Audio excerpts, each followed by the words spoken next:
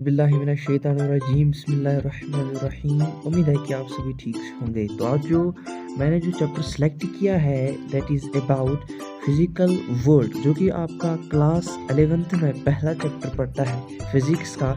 तो आज हम इसके बारे में स्टार्ट करेंगे। तो चैप्टर का नाम याद रखिएगा, चैप्टर का नाम है फिज़िकल वर्ल्ड। यानी आज हम फिज़िकल वर्ल्ड के बारे में पढ़ने की कोशिश करेंगे। तो देखिए पहला हम ये समझेंगे कि फिजिक्स का मतलब एक्चुअल में क्या होता है।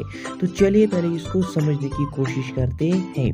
मान लीजिएगा आपने अभी तक सुना होगा या पढ़ा भी होगा कि एक बार न्यूटन साहब क्या था, एक पेड़ के नीचे थे तो अचानक से ऊपर से क्या गिरा, ऊपर से एप्पल गिरा।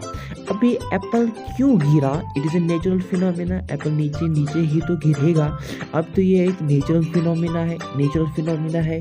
क्यों गिरेगा ये एप्पल साहब भाई पेड़ से? क्यों गिरेगा?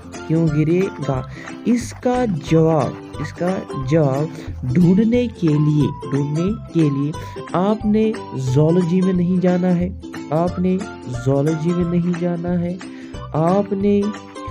आपने केमिस्ट्री में नहीं जाना है, आपने ज़ूलॉजी बॉटनी में नहीं जाना है।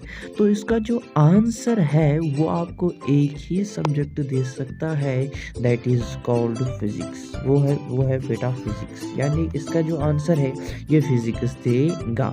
नेक्स्ट पॉइंट जो है आपने याद रखना है, मान लीजिएगा बाहर से लाइटनिंग होती है। अब ये लाइटनिंग भाई साहब क्यों होती है? इसका जवाब ढूंढने के लिए आपने ज़ूलॉजी में नहीं जाना है, आपने बॉटनी में नहीं जाना है, आपने केमिस्ट्री में नहीं जाना है। तो इसका आंसर जो आपको देगी वो है वन एंड ओनली फिजिक्स बेटा। नेक्स्ट पॉइंट आपने याद रखना है, अब फिजिक्स साइंस का वो ब्रांच होता है जिसमें हम नेचुरल फिनोमिनास के बारे में स्टडी करने की कोशिश करते हैं। तो पहला पॉइंट है, physics is that branch of science which deals with the study of nature and natural phenomena. Natural phenomenas को अगर आपने स्टडी करना है तो इसकी स्टडी करने के लिए आपको केमिस्ट्री में नहीं जाना है, ज़ूलॉजी में नहीं जाना है, फिलॉसफी में नहीं जाना है। तो इसके वन एंड ओनली जो इसके साथ डील करेगी दैट इज कॉल्ड बेटा, that is one and only, that is physics.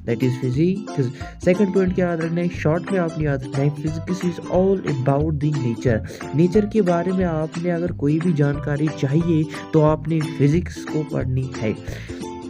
Next point, जब हम लाइटनिंग के बारे में पढ़ते हैं, थंडर के बारे में पढ़ते हैं, एक एप्पल क्यों गिरा, तो जितने भी हमारे आसपास में नेचुरल फिनोमिनास होते हैं उन तमाम चीज़ों के बारे में जब हम स्टडी करते हैं तो उस वक्त हम साइंस की जिस ब्रांच से डील कर रहे होते हैं दैट इज़ कॉल्ड फिजिक्स। तो उम्मीद है कि आपको यहाँ तक समझ में आया होगा। नेक्स्ट पॉइंट आपने क्या याद रखना है, देखिए ये जो फिजिक्स है इसमें दो प्रिंसिपल्स होते हैं। यानी ये दो प्रिंसिपल्स होते हैं जिन पे ये वर्क करती है। तो पहला प्रिंसिपल है that is called unification, second is called reduction. तो चलिए इनको एक एक करके पढ़ते हैं। तो पहले मैं आपको समझाऊंगा यूनिफिकेशन का मतलब क्या होता है। देखिए मान लीजिएगा आपने किसी चीज़ को पढ़ना है, उस चीज़ को आप तब तक नहीं समझ सकते जब तक आप उनके बेसिक प्रिंसिपल्स को नहीं समझेंगे। फॉर एग्जांपल, अगर आपने पढ़ना है एक ब्रांच है फिजिक्स का दैट इज कॉल्ड थर्मोडायनामिक्स। ये थर्मोडायनामिक्स आपको तब तक समझ में नहीं आएगी जब तक आप इसके छोटे छोटे कंसेप्ट्स को पढ़ेंगे। और ये छोटे छोटे कंसेप्ट जब आप पढ़ेंगे तब आपको ये थर्मोडायनामिक्स समझ में आएगी। तो यहाँ पर आपने फिजिक्स का जो प्रिंसिपल इस्तेमाल किया है दैट इज कॉल्ड यूनिफिकेशन। अब यूनिफिकेशन का मतलब होता है किसी भी कंसेप्ट को छोटे छोटे पार्ट्स में पढ़कर बड़े कंसेप्ट को समझा जाए, that is called unification. Second है बेटा रिडक्शन का मतलब क्या होता है, अगर आपने किसी बड़े बड़ी टॉपिक को पढ़ना है और उस टॉपिक को जो है वो छोटे-छोटे पीसेस में डिवाइड करते हो, तो उस वक़्त आप जिस फिज़िक्स की जिस प्रिंसिपल से काम लेते हो दैट इज़ कॉल्ड रिडक्शन।